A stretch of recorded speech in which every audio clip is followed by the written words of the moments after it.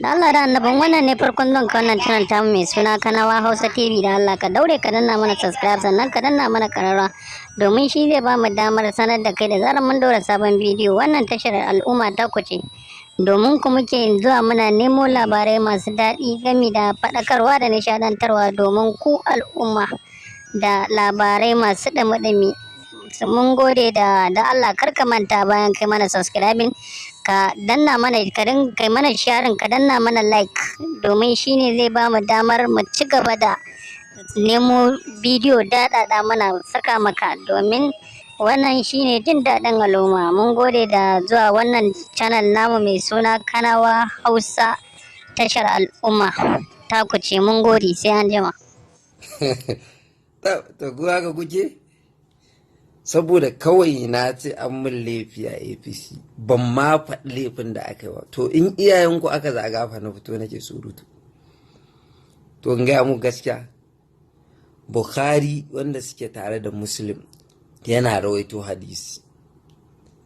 Malamai sai su haɗa shi da ayat Qur'ani su ce wannan da'ifi ne. Ma'ana ba ingantacce ba ne. Balle kuma Bukhari wanda suke tare da Osibanjo.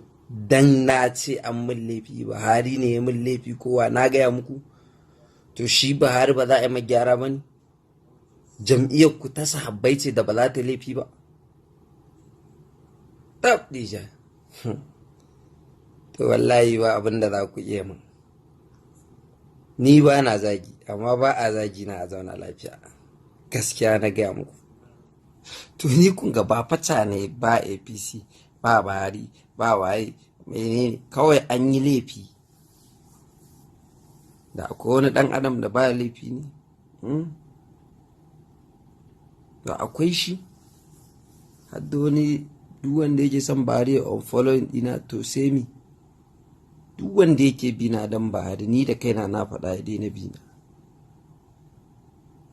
Kuma tunda haka kuke yi ku, so za mu shawara muga inda ba kwa ma buƙatar zaman irin mu, to me muke a ciki?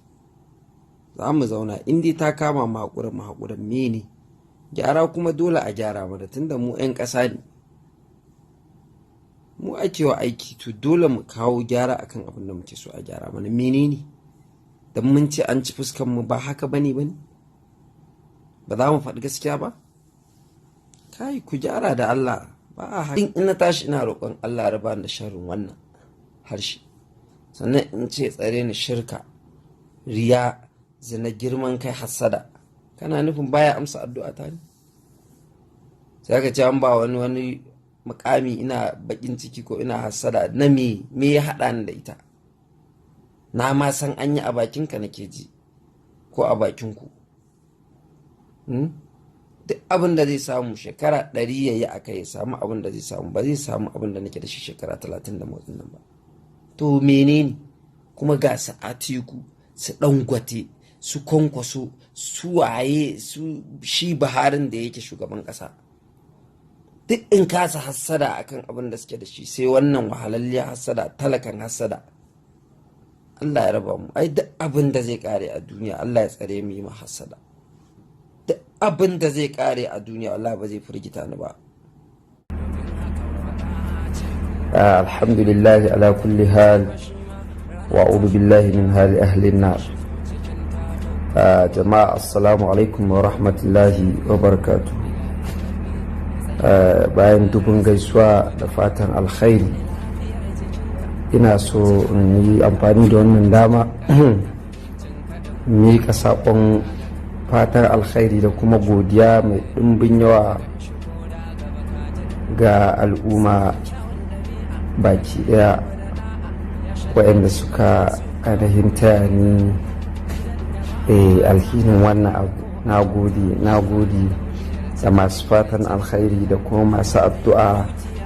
Na gode kwarai da gaske. Allah ya saka da alheri, Allah kuma ba mu jajircewa ya tsaye da mu akan gaskiya duk zafinta duk kuma wahalarta.